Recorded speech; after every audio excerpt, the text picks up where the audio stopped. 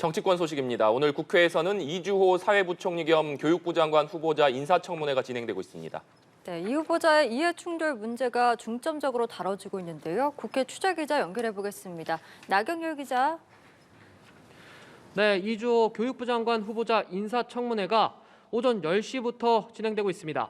이 후보자는 만 5세 입학 논란으로 박순애 전 장관이 자진 사퇴한 지 52일 만에 지명됐는데요. 여당은 후보자의 정책 역량과 도덕성을 검증해보자는 입장인 반면 야당은 자격 미달이라고 주장하고 있습니다. 민주당은 후보자의 이해충돌 문제를 집중적으로 부각하고 있는데요. 이 후보자가 이사장을 맡았던 아시아교육협회에 특정 사교육업체가 기부금과 후원금을 낸 사실이 드러났다는 겁니다.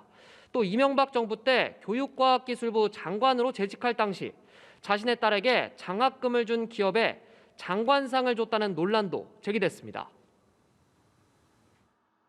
본인이 다시 장관을 할지 몰랐었기 때문인지 장관 이후에 각종 연구와 사업에서 이해충돌과 각종 의혹이 제기되고 있습니다.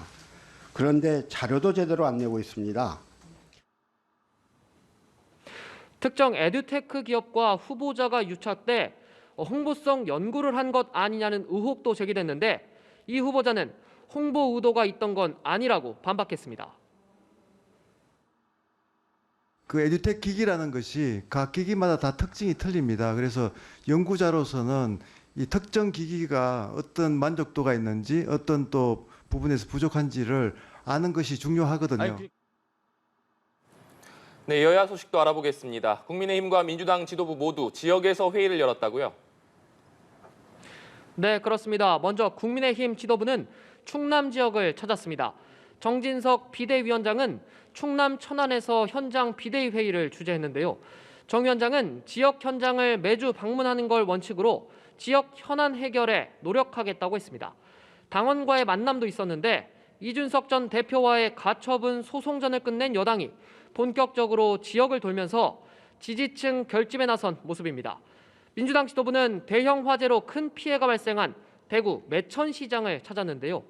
이재명 대표는 여야정 초당적인 협력기구를 만들어 함께 민생을 챙겨 나가자고 제안했습니다. 그러면서 어제 윤석열 대통령이 주재한 비상경제 민생회의에 대한 평가도 내놨는데요. 비상도, 경제도, 민생도 없었다고 비판했습니다. 한편 민주당 김의겸 의원이 제기한 청담동 술자리 의혹을 두고 여야가 기싸움을 이어가고 있는데요.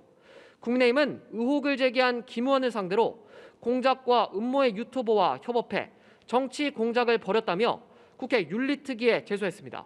이에 김 의원은 당정대가 우르르 몰려와 몰매를 가하는 느낌이라며 구체적인 제보가 들어오고 있다고 주장했습니다. 네, 한편 정의당은 오늘 새 당대표를 선출하는데요. 결과가 언제쯤 나오는 겁니까? 네, 오늘 오후 6시쯤 발표됩니다. 이정미 전 정의당 대표와 김윤기 전 부대표가 맞붙고 있는데요. 지난 19일 치른 당대표 선거에서 과반 득표자가 나오지 않아서 정의당은 결선 투표를 진행했고 그 결과가 오늘 나오게 되는 겁니다.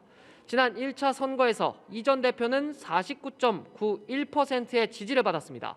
이 전 대표의 당선이 유력하다는 당내 분석이 나오고 있는 상황입니다.